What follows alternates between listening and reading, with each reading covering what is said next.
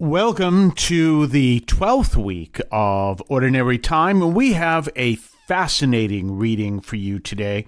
This comes to us from the second book of Kings, and this is one of the most powerful readings that, I say that a lot. Well, this is a powerful reading. Well, they all are. I mean, a lot of them are. I mean, I know some of them are like transitional and some of them are there, but this is a powerful reading because it talks about what was the great sin of Israel and Judah that led the Lord to step in. Now, we know that people turned away from the Lord.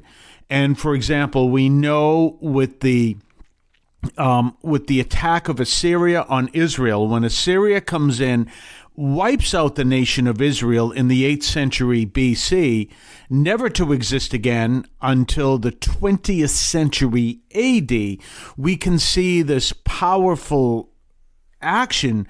But here we have a description of why. What did they do that got the Lord so upset? And this is powerful because it's an important understanding for us to see. So we're going to look at the reading. First of all, let's talk about what the reading is. It is 2 Kings 17. Now we're going to look at 5 through 8, 13 through 15. And our focus will actually be more towards 13 through 15. So why don't we look at that? But we'll look at the whole thing. So why don't we look at 5 through 8, 17, 5 through 8. And let me see. And when the king of the Assyrians discovered that Hoshea, striving to rebel, had sent messengers to Sais, to the king of Egypt, so as not to present the tribute to the king of the Assyrians as had been accustomed to do each year, he besieged them, and having been bound, he cast him into prison. So, Hoshea is sent to prison. And he wandered through the entire land, and ascending to Samaria, he besieged it for 3 years. And in the 9th year of Hoshea, the king of the Assyrians captured Samaria, and he carried away Israel to Assyria. And of course, that's the end of Israel. And he stationed them in Halah and in Habor, beside the river of Gosan, in the city of the Medes. For it happened then, and here we go, when the sons of Israel had sinned against the Lord their God, who had led them away from the land of Egypt, from the hand of Pharaoh, the king of Egypt, they worshipped strange gods. What is the worst sin in the Old Testament, New Testament too? Idolatry. It is, you can turn around and well, it says there are a lot of sins, and this sin is the worst. The worst sin in the Old Testament is idolatry. No other sin is as bad as idolatry. None. And you can talk about everything you want to mention. You can talk about all the sins you want. There is no sin greater in the Old Testament than idolatry. And they walked according to the rituals of the nations that the Lord had consumed in the sight of the sons of Israel and of the kings of Israel, for they had acted similarly. Okay, so what had happened? They turned away from the Lord, and they started following the ways of the nations around them, that the Lord is trying to lead them away from these nations and away from their faith. The faith of these nations. Why? I always say you may not be able to understand if you look just in there, but you have to see it from our time now. People may not understand it, but we'll do the best we can. I talk about evolution. Now, again, if you're listening to this, I say this all the time, and you go, well, I don't believe in evolution. What you're talking about is biological evolution. What we're dealing with here is something that clearly exists, which is an evolution of culture, of knowledge, of language, etc., etc., etc. It's very obvious that happens all the time, and we can clearly see that. If you don't believe it, why don't you go back to the 16th century or the 12th century, whatever century you want, and see how much technology has changed from then. Now, granted, it's been more exponential at this point, but technology changed, and that's a form of evolution. That's all. I mean, it's a technological evolution. If you happen to not believe in biological evolution, I'm not talking about that. I'm talking about technological evolution. It's obvious that exists. One of the things that I like to listen to is listening to the Grand Ole Opry, which is considered the oldest radio show in the world. It started in 1925, and it's in its 100th year. Why did it start in 1925? Because that's when radio started. It was being invented. It existed in 1912 and during the time of the Titanic and a little bit before that, but it didn't exist as a commercial enterprise until the 1920s, and that's why in 1925 we have the Grand Ole Opry. So there was an evolution of technology, one of which is radio. So we look at that, which we're dealing with right now. So we look at that, we see that there is an evolution. What happens if the Jews abandon God, or Israel and Judah abandon God and follow the ways of the surrounding nations? Then your future does not exist. That's the reason. The Lord is using Israel and Judah to bring this whole reality of their existence over time to bring us to the fullness of time, which is when Jesus comes. That's why they must be faithful to the Lord. The other gods do not exist. They believe they are, and the Lord is leading them to a deeper and greater understanding of the reality of what we're dealing with right now, of who God is. Our God is our reality. It's a form of evolution. If you don't believe in biological evolution, that's okay. That's not what I'm talking about. I'm talking about all the other forms of evolution. So we see this is a powerful reality. And just like if you think about now, who are we? We are messengers for the kingdom of God. And what happens if we abandon God across the whole world? The message of the reality of God stops. And obviously it's not going to stop because the Lord's going to step in. He's going to raise up prophets, etc., so that it doesn't stop. But you see that? This is what happened.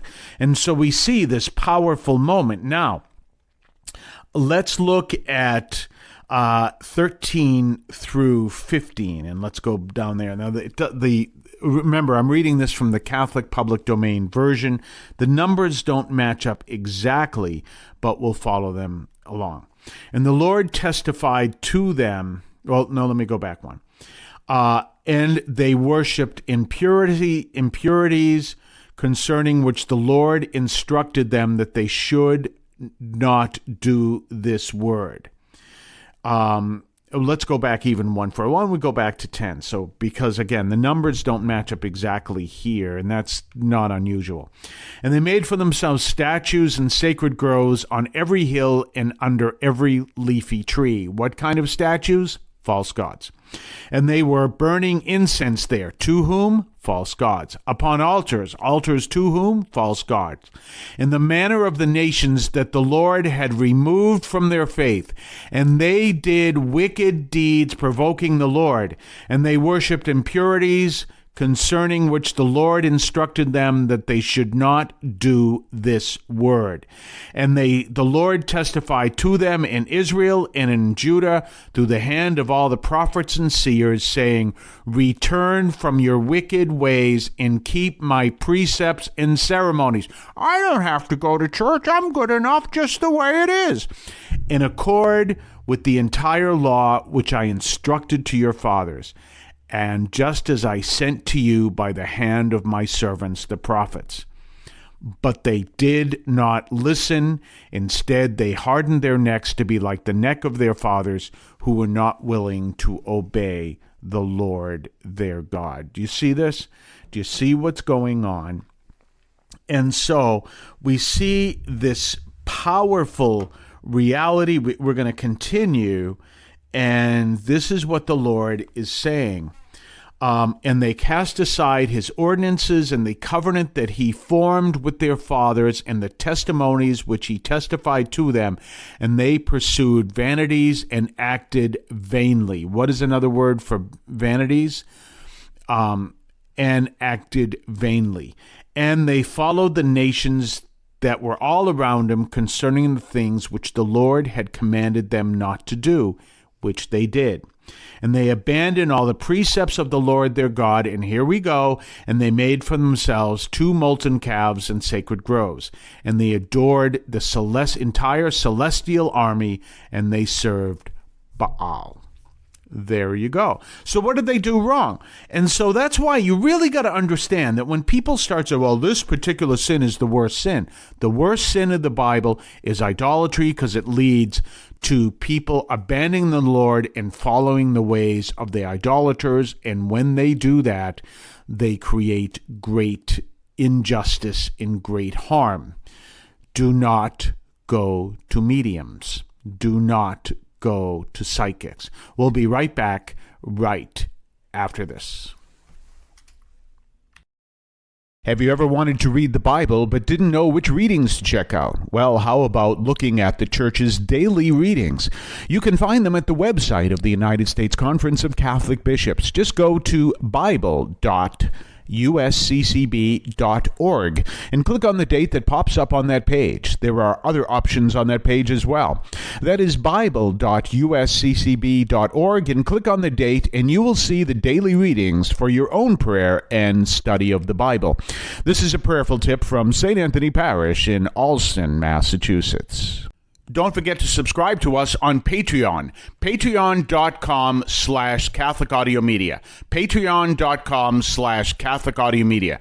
Check us out. Check what we have to offer, previews of upcoming podcasts, previews of upcoming columns over at catholicaudiomedia.substack.com, your ability to comment, make suggestions, even make suggestions in upcoming programs. Check us out, patreon.com, Catholic Audio Media. So you can see how powerful this message is. What is it? So name me all the sins that you say the Lord condemns, and you can pick whatever sins you want, but what is the one he condemns the most? It is idolatry, because idolatry leads you down the wrong path each and every time. And what is idolatry? Worshiping another God and following the ways of that God. That's the way it works. So if anyone is, this is one of the things. So you want to be careful. But one of the things that's important to realize is don't focus on other people who are worshiping another God. You focus on you worshiping the true God. There it is, because you've been called to worship the true God. And when you worship the true God, you are following the Lord as he calls you to follow him. Do you understand the connection there? That's what we're called to do. So that's why I go back to that. Well, I don't have to go to church. I'm good enough just the way it is. That's a form of idolatry, because what is your basics of what it calls to serve the Lord? Morality. We're not called to follow. We're called to follow morality, but it's seeking the Lord's wisdom, and the wisdom leads to morality. This is a real issue in our church. And any form of teaching that leads you away from Christ, which is a teaching that says that doesn't put Christ in the center, but it puts something else. There's someone who's turning, it really kind of cracks me up. Someone turning around and saying that the Pope is too liberal. That cracks me up. Because the obvious question is, who are you to say the Pope is too liberal? Who are you to say that? What is your basis for saying that? How do you say that you know more than the Pope? Now, maybe you do, but these people say, well, the Pope is wrong. That's the sin of pride. And that's what people would do. That's the sin of pride. That's one of the things that really cracks me up, because that's the sin of pride. To turn around and say the Pope is wrong. I used in my homily, well, it's a written homily. I didn't deliver it because I was away. But I used in my homily what you will find at catholicaudimedia.substack.com, this person who said, if you follow the Pope and the Pope is wrong, you'll end up in hell. That's a form of idolatry, because the God that we worship is not that God who would do that. That's idolatry.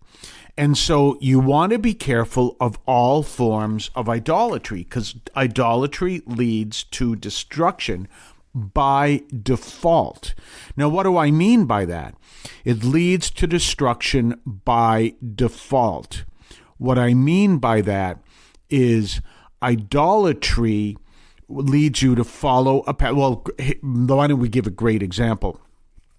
The head of our clergy personnel office, when he was in the seminary, he had a cartoon on his door. And he's a graduate of Harvard, so you could kind of put this together, because obviously he doesn't believe in astrology. And the cartoon on his door said something to the effect of, I forget exactly, I'll just say words to the effect. The credibility of astrology came out this week when everyone born under the sign of a particular astrological sign was hit by an egg truck. It was a cartoon. But you see what I'm saying? And he's trying to point that, no, that's a form of idolatry. But I remember when I was away from the church, and I used to listen to this astrologist on the local, what is known as album-oriented rock radio stations, AOR. Those were what were also known as underground radio stations, believe it or not, as much as that makes literally no sense. And literally in this case, I used to listen to WBCN. WBCN was on the 50th floor of the Prudential Tower, but it was also known as an underground radio station, and the Boston Phoenix was known as an underground newspaper. I don't know if they actually called themselves that, but in popular parlance, that's what they were known. And if you really think about it, how can it be an underground radio station when it's licensed by the FCC and broadcasting? I don't know. BCN is like 50,000 watts, but we used to call it. That was part of the culture. And you're on the 50th floor of the Prudential building, but that was the parlance. And there was an astrologer there, and he used to rate every day whether it was going to be a good day or a bad day, depending on what sign you were born under. And I remember I used to follow that. Oh, no, it's going to be a bad day today. Well, or it's going to be a good day. Do you see what I'm doing? I'm putting my faith in something that is not of God. Now, I was out of the church, so it didn't make any difference in that sense.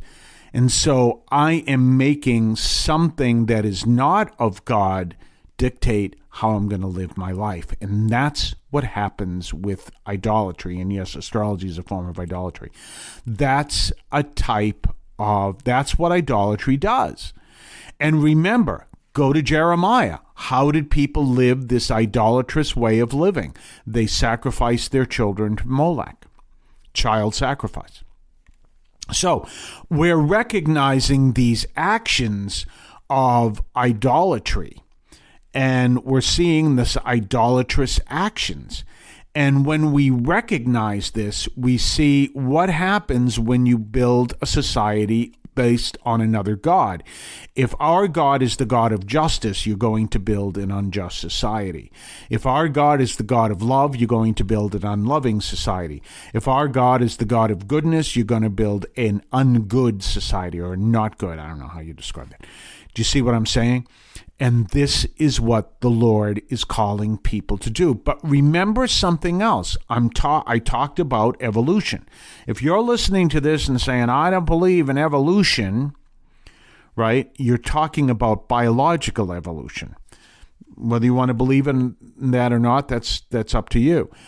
But there is very clear other forms of evolution, technological, cultural, ideological, And if you're following another God who is not our God, you're going to, by default, walk down a path that is greatly unjust. I always remember when I was in the Navy, I came upon this ship. And there was a story they told us of a ship that was on its way to Taiwan. We'll say we don't know what ship it was. This was many years ago. This was many, many years ago. And long before I was on my first ship in the Navy. So I was on my first ship in 1979, so long before that. So it was on its way to Taiwan. And they had navigated wrong. And the next thing you know, there were these red Chinese gunboats, mainland China, gunboats coming out at this ship. They navigated wrong. They could have been off just a couple degrees, but next thing you know, they're going to the wrong China. Do you see what I'm saying? And this is what happened. They said, well, that God seems pretty good. It's not God, and if you follow the wrong God, you're going to end up in the wrong place. It's that simple. And this is why the Lord has to be so strict. And you got to remember, this is over time. So this is happening about, this is happening about 800 years before Christ. So if the Lord let it all go 800 years later, you wouldn't have the nation of Judah. You wouldn't have the temple. You wouldn't have anything because they would have walked down a path that would lead to the end of humanity. And there you go. So you understand, this is a powerful message. And this is what you can hear on today's first reading. And again, why do we do this? Because you hear the first reading and you hear these, and I've been a priest for 33 years. These stories can go right by you if you don't understand what's happening. And so the story goes right by, and, oh, okay, that's interesting. Well, maybe they didn't get along with this country. No, you don't understand what's going on. This is powerful. We're going to be back on the other side of the break. You're listening to the Catholic Audio Media Podcast. Subscribe, like, comment, let people know, and we will be right back right after this. Did you know that Catholic TV offers free apps for both Android and iOS users? Visit the website catholictv.com or your app store to download this faith resource to your device. Don't forget to subscribe to us on Patreon. Patreon.com/Catholic Audio Media. Patreon.com/Catholic Audio Media. Check us out. Check what we have to offer. Previews of upcoming podcasts. Previews of upcoming columns over at catholicaudiomedia.substack.com. Your ability to comment, make suggestions, even make suggestions in upcoming programs. Check us out, patreon.com, Catholic Audio Media. And now we're going to talk more from the Book of Kings, second Book of Kings. We're going to be in chapter 19, which is going to tell us a lot about Hezekiah. So we're going to go there, but that'll be coming up tomorrow. In the meantime, again, don't forget you're listening to the Catholic Audio Media Podcast. Subscribe, like, let people know. And, we're here every single Monday through Friday, and the program drops at midnight. So we do a lot to let you know that we're here. So definitely check that out. In the meantime, always remember that what we do here is usually give you the first reading. And because that's the one, well, what is this all about? Fascinating, powerful stuff. We will see you tomorrow. Yeah, you know the real is back. Father Carr Chaplain from the city of champions, dropping daily reflections coming straight from the field. The raw truth revealed for the strong-willed. It's the Greatest Act of Defiance podcast with your host Father Carr, a message built to last. The Greatest Act of Defiance podcast. That's right, the Greatest Act of Defiance. Word up. Word up. Word up. Catholic teaching in this podcast is reflected and presented as accurately as possible. The opinions expressed are those of the participants and do not necessarily reflect those of the Archdiocese of Boston or any other institution.